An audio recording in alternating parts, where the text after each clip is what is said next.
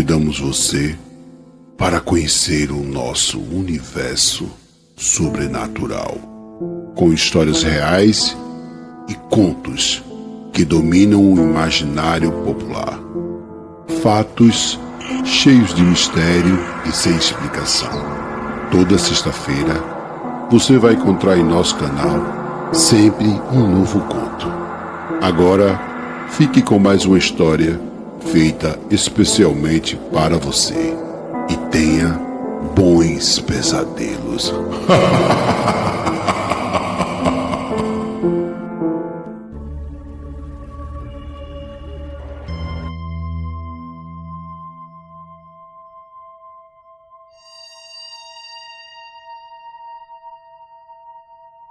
Quais os mistérios que envolvem as pequenas cidades do Brasil? Muitos são os relatos estranhos que aconteceram com pessoas e que ficaram marcados para sempre em suas vidas. O conto de hoje traz o relato vivido pelos meus avós e um tio, que viviam na cidade do interior do Maranhão, conhecida como Santa Inês, entre os anos de 1957 a 1982. A minha avó se chamava Dominga e tinha 5 filhos, e era casado com um músico conhecido como Joaquim Aranha. Um certo dia, ela chamou seu filho mais velho para que ele fosse pegar água no poço que havia na casa da vizinha, conhecida como Dona Mudiquinha. A casa ficava no final da esquina, e naquela época havia poucas casas, e os quintais eram enormes, cheios de pés de mangueira, cajueiro, entre outras frutas. O meu tio, que se chamava Zequinha, tinha entre 13 a 12 anos. Logo de imediato, ele não quis ir, questionando assim a sua mãe, que na hora falou: "Se você não for, vai ficar de castigo." Ao ouvir que sua mãe lhe disse, foi contrariado. E quando lá chegou, entrou tranquilamente e seguiu para o local onde ficava o poço, que era bem simples, tendo ao seu redor uma parede de pedra, que era quase rente ao chão, e tábuas que cobriam o mesmo, e uma lata para puxar água. Quando ele chegou no local, foi surpreendido por uma jovem que estava sentada no muro do poço e com os pés para dentro do mesmo. E ela estava sem roupa, e os seus cabelos eram loiros, que brilhavam como ouro sob a luz do sol. Ao ver a cena, o jovem entra em desespero e grita: "Moça, cuidado para não cair no poço." Ela olha para o jovem e no mesmo momento o jovem percebe que a mesma não tinha o globo ocular branco, mas era todo negro. E ela olha para o rapaz, dá um sorriso e se joga dentro do poço. O jovem fica desesperado e grita pela dona da casa, que chega rapidamente, e ele relata o ocorrido. Porém, ela escuta tudo atentamente e lhe diz: "Calma, meu filho. Ela não era uma mulher. O que você viu, na verdade, foi a mãe das águas. Eu mesma estou cansada de vê-la perto do poço." O jovem fica surpreso com a resposta. Porém, mesmo assim, ela chama os vizinhos para olhar o fundo do poço e não encontram nada. Aquela experiência foi algo que ficou marcado para sempre na vida daquele jovem.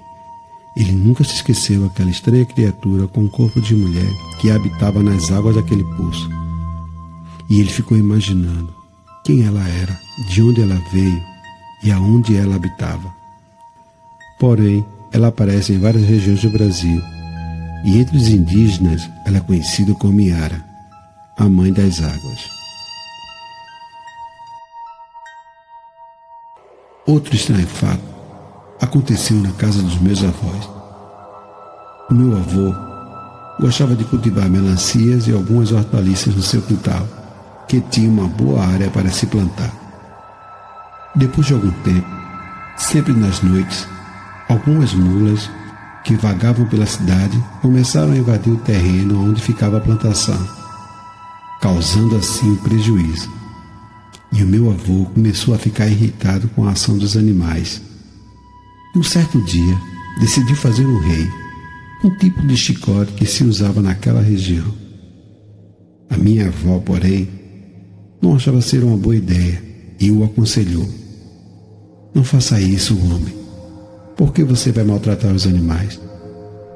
Ele, porém, não deu ouvido e passa o dia na confecção do chicote. A noite chega e o meu avô fica de prontidão, aguardando a chegada dos animais. A lua cheia iluminava a plantação como se fosse dia.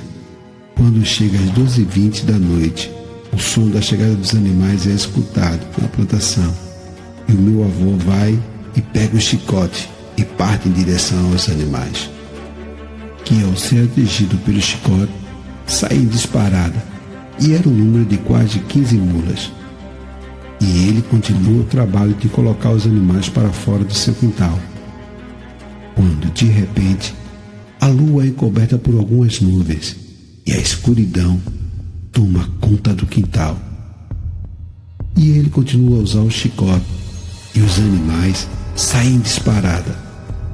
Porém, um continua caminhando lentamente, mesmo sendo atingido pelo chicote.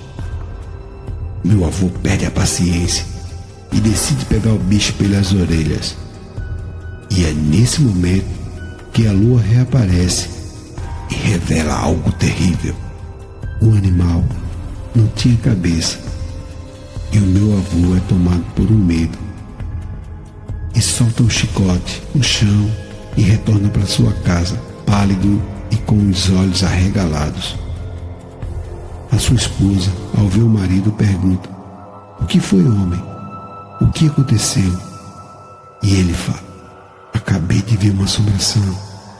E a sua esposa lhe diz: "Viu no que deu? Eu te avisei para não fazer isso." Ele olha para sua esposa e não fala mais nada, pois a sua mente ainda tem a visão da estranha criatura que ele acabara de ver. E ela iria lhe perturbar a mente por muito tempo. Naquela noite, o meu avô aprendeu uma grande lição. Nunca devemos ter atitude violenta, principalmente com os animais, que são seres irracionais, pois eles são protegidos por seres de outro mundo. Boa noite e até o próximo Contos da Madrugada.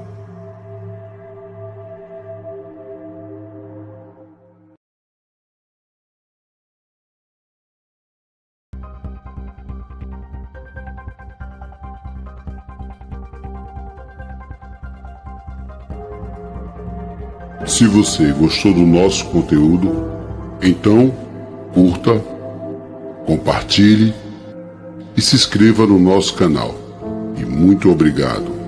Até a próxima.